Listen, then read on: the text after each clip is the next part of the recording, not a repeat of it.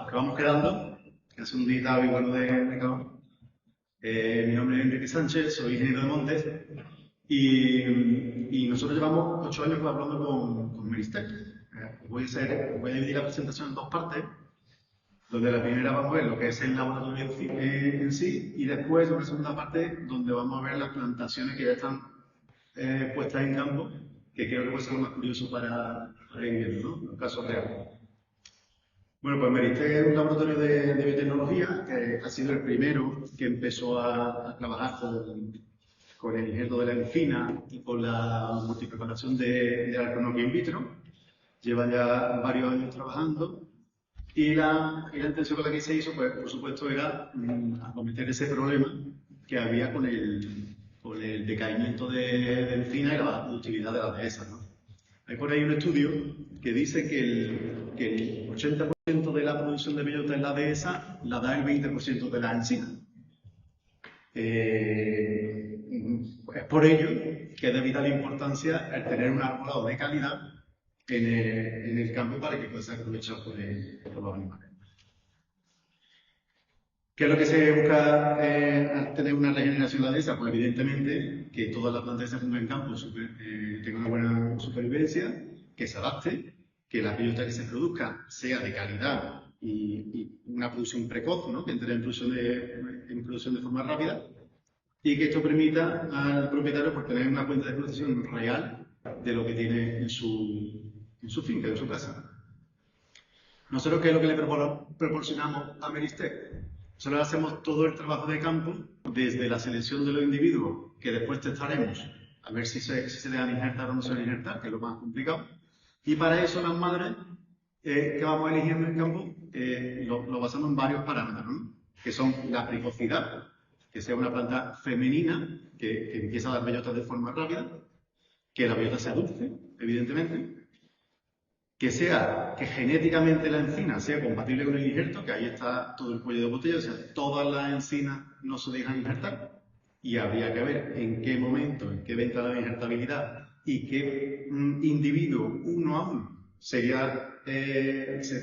permitiría que se injertara, y además en un tanto por ciento interesante para poder incorporarlo a una producción industrial, evidentemente. Posiblemente se dejen injertar muchos de los individuos en un 15 o un 20%, pero solamente en una cadena de producción, como comprenderéis, no es interesante. Buscamos que se permita injertar en un rango mucho mayor, a partir del 75 al 80%. Y después, por supuesto, que la bellota pues, que sea de buen tamaño, que sea de calidad. ¿Qué nos distingue? Pues desde el laboratorio continuaron con un protocolo de injerto que ya se desarrolló en el Ministerio desde hace casi 20 años y esta empresa pues, ha sido capaz de ir tomando ese relevo y desarrollando una producción de plantas medianamente homogénea que después nosotros hemos ido poniendo en campo y haciendo plantaciones experimentales donde testar cada uno de las madres cómo reacciona en distintas localizaciones, tanto en España como en Portugal. Ahora después veremos la imagen, la fotografía.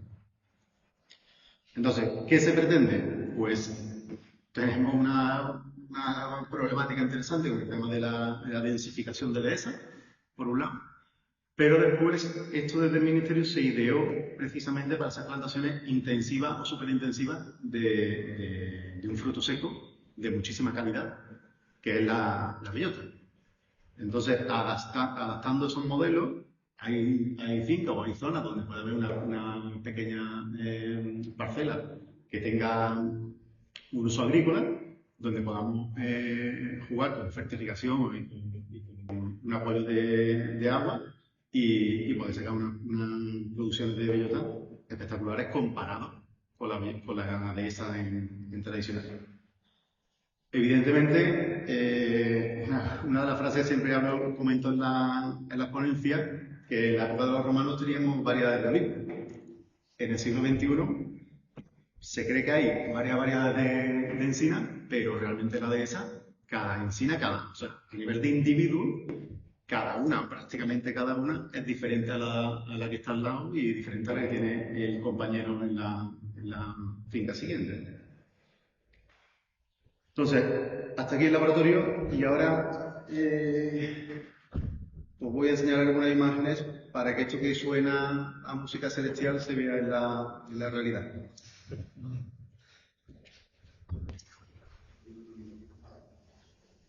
Sí, es lo que mejor. Aquí. La presentación.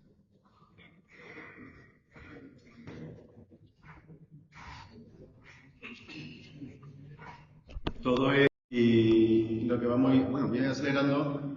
Esta diapositiva viene muy al hilo de un comentario que hizo un señor por allá atrás, que era que veía un poco regular el futuro de la dehesa. Yo ahí sí quiero romper una lanza al nombre del proyecto y que sí creo que hay una alternativa bestial en el mundo de la dehesa en alimentación, tanto humana como para animales, la incorporación de nuevo aprovechamiento, como puede ser huella de carbono, servicio ecosistémico, y toda la innovación que vamos trayendo poco a poco de la universidad y de lo que se ha aplicado al mundo agronómico y adaptándolo al sector forestal, que nos queda un recorrido bestial por sacar de ahí. Entonces, el proceso biotecnológico que nosotros hacemos, seleccionamos la madera en campo, como veis, con unas características de bellota bastante interesantes. Ese material se pasa al laboratorio, donde se realizan todos los injertos y donde se hacen las primeras fases de adaptación de ese injerto, que ahora no sé si veis no se ve ningún ratón ahí, ¿no? ¿Se ve un cursor? Pero si no me sale algo de micrófono, os lo voy contando de ahí. Aquí estáis viendo plantas, nosotros normalmente lo que es el injerto, o sea, lo que es el patrón, son patrones o bien de encina o bien de alcornoque, ya un poco se va adaptando a las características de suelo que hablábamos antes en las ponencias anteriores. Esos patrones se germinan, evidentemente, nosotros obtenemos bellota certificada. Ese patrón se germina y en ese patrón germinado, que puede tener unos meses, se le injerta una yema sexualmente adulta de una encina en campo que pueda tener 80, 90 o 100 años. Entonces, ¿qué ocurre? Que si este es el patrón, todo lo que crece a partir del injerto, genéticamente hay comentarios que hay una alteración genética, pero genéticamente es 100% la madre que tenemos en campo. Es decir, si cogiésemos una bellota, la bellota al final es el hijo, tiene un tanto por ciento de genética de la madre y un tanto por ciento de genética del padre. Y la madre la conocemos, pero el padre se transmite por el aire y el polen y Entonces, todo lo que crece por encima de ese injerto tiene la edad o la madurez de la madre que hay en campo. Entonces, claro, ahí obtenemos, como se ve en la imagen, plantas que en estas imágenes pueden tener 1 año y medio, 2 años en esas plantas y ya están produciendo, ya están en condiciones de tener una flor sexualmente adulta para ser germinada y poder producir fruto. Que os voy a ir pasando un carrusel de fotografía de distintas plantaciones que se han ido haciendo. Esta, por ejemplo, la imagen que tenéis que aparece como un bolígrafo al lado de una goma de agua. Es que de forma natural no sería posible que una planta del tamaño de la botella diese bellota, y menos una bellota de ese tamaño, y dulce.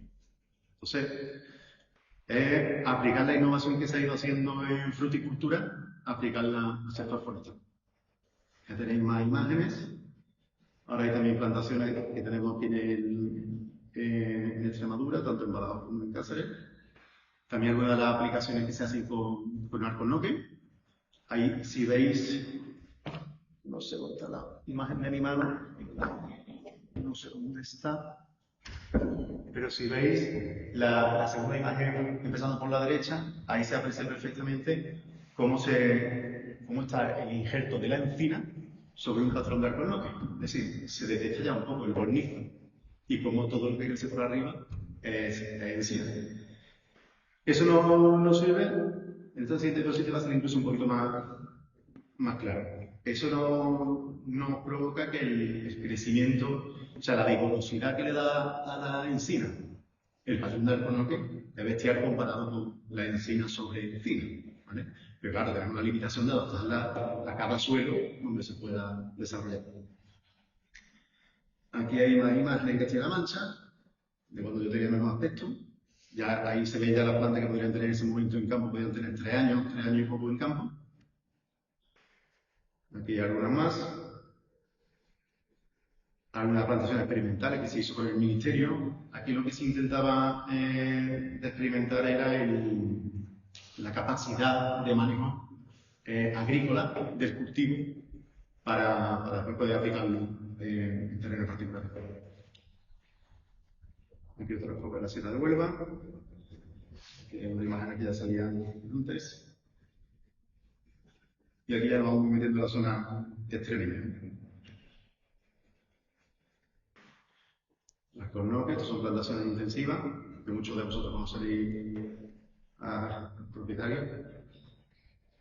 Ahí se ha hecho algunos ejemplos de alcohol, ¿no? Que son en intensivo, desde semilla y de planta de multipreparación in vitro, seleccionando la calidad del alcohol. Algunas más. Algunas de la zona de Córdoba.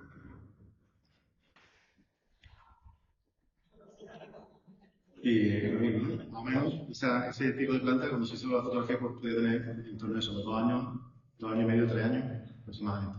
También depende mucho, evidentemente, del crecimiento. Este tipo de planta al final es una atleta de alto rendimiento. Entonces, si vamos a exigirle que produzca mucho fruto y fruto de calidad a un tiempo muy precoz, que no tenga una copa desarrollada para tener un aprovechamiento, una producción de energía potente, pues lógicamente hay que apoyarlo. Hay que apoyarlo sobre todo los primeros estadios de la planta. Hasta el segundo o tercer año sí sería muy interesante o bien un sistema de riego donde lo permita o un apoyo de riego con una cuba, no ha pasado aquí precisamente en la zona de Albuquerque, un señor que lo que tenía era una cuba con una pica y una pipa con la ventanilla, cada 10-15 días le echaba su poco de agua y la verdad que han dado un desarrollo bastante interesante. Aquí ya nos hemos ido derivando también que fue un mercado que nos encontramos de casualidad, que todo este tipo de plantas al final también se está utilizando muchísimo para ornamentar. Entonces, claro, el valor añadido de una planta para un uso forestal o para una plantación o al uso o el coste de esta planta en ornamentales es vertiginoso. Y bueno, toda esa es la parte que se hace de salud y aquí tenéis mi contacto para lo que necesites.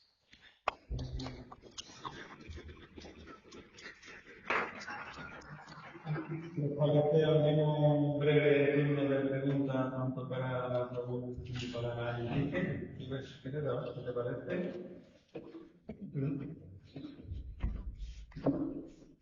Y entonces creo que había una pregunta no levantada. El protector no lo podemos circular porque nos pinchamos.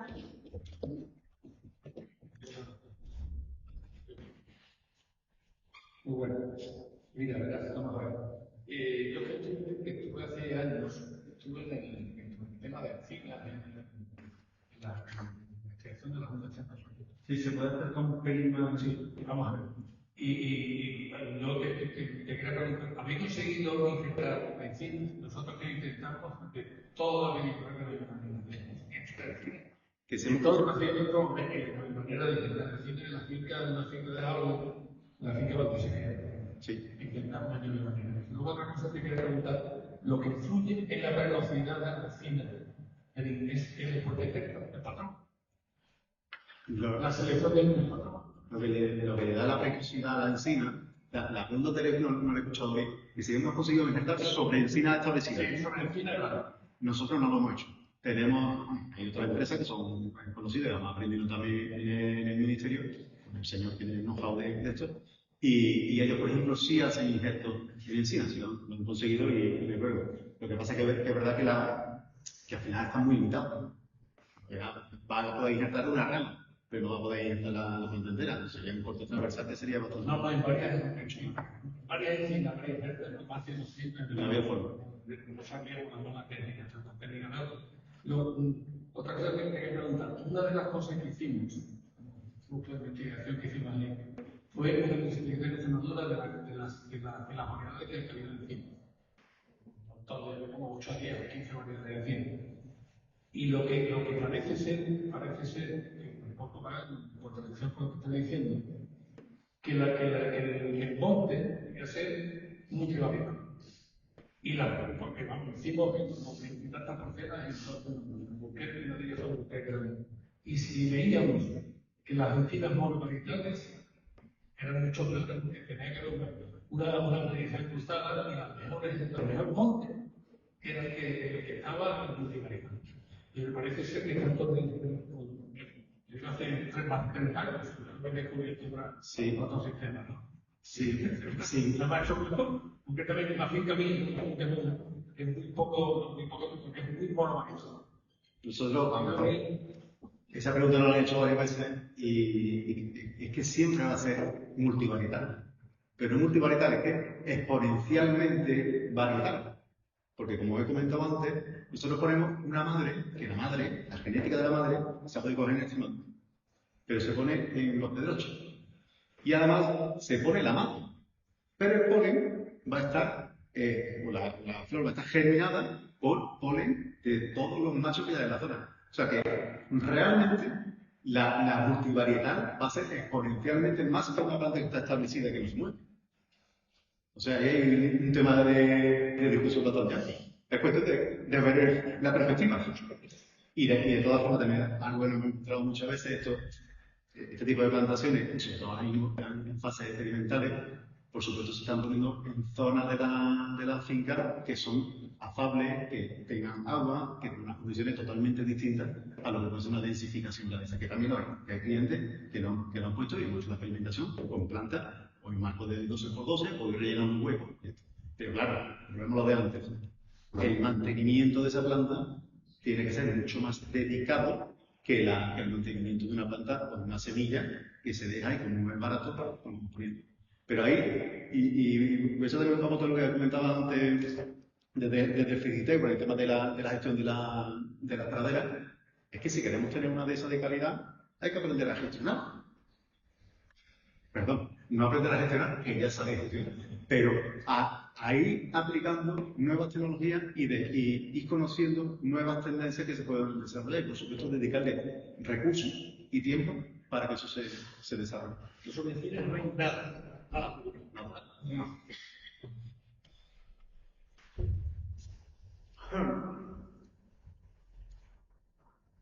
Vamos a ver, por las imágenes que se han puesto ahí, lo que estamos viendo es una bandeja por una bellota o una planta in vitro. No, la mayoría de las plantas que se han visto ahí no. O sea, la encina todavía en el mundo no se ha sido capaz de multiplicar in vitro. O sea, está poniendo una bellota. Efectivamente. Una bellota. ¿Y a qué edad injerta esa bellota ese plantón? Ese patrón se injerta en meses. En el momento que el patrón ya tenga una elongación de en torno a unos 15-20 centímetros, ya tiene un calibre suficiente para poder tener la vitalidad del patrón joven y que afecte la parte aérea. ¿Y un injerto de tipo chico o un injerto de púa? Púa. Púa. Eso se ha probado en el Ministerio, se está probando con todo tipo de maquinaria, de todo tipo de injertos, y el que mejor resultado, o sea, podría agarrar de cualquier forma, pero el que mejor resultado ha dado ha sido con La púa, pero hecho a mano. a mano. Y la pregunta, es decir, yo compro un plantón que tiene un año que viene con un injerto, que es el que pongo en el campo. Efectivamente. ¿Y por qué la planta que proviene de bellota, que se compra, se pone en el campo, aguanta perfectamente, y por qué me está diciendo ahí de regalarla? Porque le está pidiendo a una planta que produzca bellota de forma muy rápida y que tenga un crecimiento mucho más rápido que de una bellota. Entonces los requerimientos que va a tener la planta va a ser mucho mayor que una planta de semillas. O sea, la capacidad que tiene la semilla para por sí misma ir desarrollando es bastante potente. Pero en el momento que tenga que producir un fruto y no le dé tiempo a madurar, como debería madurar una encina en 15-20 años, pues lógicamente esa exigencia pide que el mantenimiento sea todavía mayor. O sea, si no la riega, que se queda la planta un poco desequilibrada ahí. Puede salir bien y depende del formato que se comercialice. Pues puede ir a planta, nosotros por ejemplo tenemos un formato de entre 5 o 7 litros de maceta, entonces pues esa planta ya había más de un sistema radicular bastante potente. Ahora se presiona el precio de una planta de 250 centímetros cúbicos. ¿Cuánto vale esa planta? Dependiendo del formato, del stock de planta que haya y de la época del año. Pero mira, las plantaciones por ejemplo que hay aquí están en torno entre los 12 y 16 euros planta. Claro. Es lo que se usa. Claro, al final, la plantación que se sale ahí no es más que un olivar de centro intensivo que yo voy a coger la bellota con una máquina y voy a vender bellota. Vamos, el ministerio lo que se desarrolló en un principio fue eso. Después se ha ido adaptando a las densificaciones o a un modelo intensivo más suave. Pero lo que se quiso testar aquí en Cáceres fue precisamente un manejo como si fuese un super intensivo de lugar. Y de hecho la recolección de esa bellota sería, teóricamente, porque no se llegó a desarrollar, teóricamente sería mucho más fácil incluso que recoger la aceituna o la almendra, porque el cascabillo de la bellota, en el momento que se toca, se cae sin problema. Y ahí es muy interesante poder consumir, que de hecho en algunas jornadas que hemos desarrollado aquí en Extremadura, se hablaba de la bellota como alimento para consumo humano, con las propiedades que tiene la bellota, que no somos capaces de darnos cuenta y de, bueno, porque me siento entenderé que no soy de Extremadura, pero tanto Andalucía, Extremadura, Castilla-La Mancha o Castilla y León, todas las zonas de dehesa tenemos unas píldoras de energía bestiales y no han consumido nuestros antepasados, que desde Paleolítico ya se consumía la bellota, pero actualmente sería un superalimento, de lo que le llaman ahora superalimento, que no se está aprovechando. Para terminar, ¿hay algún vídeo de la formación directo o esto es secreto de su mano? Eso hablamos de precio y no vamos a permitir ese problema. Por menos de vídeo que de Una preguntita, por favor. Vamos a ver. Una medicina instrumental, bien medicina, que en régimen defensivo, no vamos a llamarlo en una plataforma de regadío, en un par, en un corralito, en un parque. Me refiero a qué relación puede tener. Entiendo que el injerto, a medida que desarrolla la planta, será un punto débil que cuando alcanzamos un ingreso. Pues nosotros hemos tenido casos de todo tipo, plantaciones intensivas, que en zonas de aire y han tenido a lo mejor una rotura, como bien dice, en un punto débil, y una rotura del injerto, a lo mejor un 10%, una cosa así, que tampoco es una cantidad especial, pero después en plantaciones más intensivas, bueno, son diferentes, no han tenido ningún tipo de problema. Se han desarrollado sin problemas. Ahora, no sé si se refería a cuánto duraría la planta. Sí, cuando hace ya un desarrollo. No se sabe porque todavía no hay datos para eso. No. Y luego otra pregunta. Me he entendido antes que la heroína no se reproduce vegetativamente. ¿Y el alcornoque? El alcornoque se ha conseguido que se pueda reproducir multipropagar in vitro. Se consigue desde casa. Y la hoja y el nombre y el... todo eso. De eso hay aquí en esta zona una asociación maravillosa.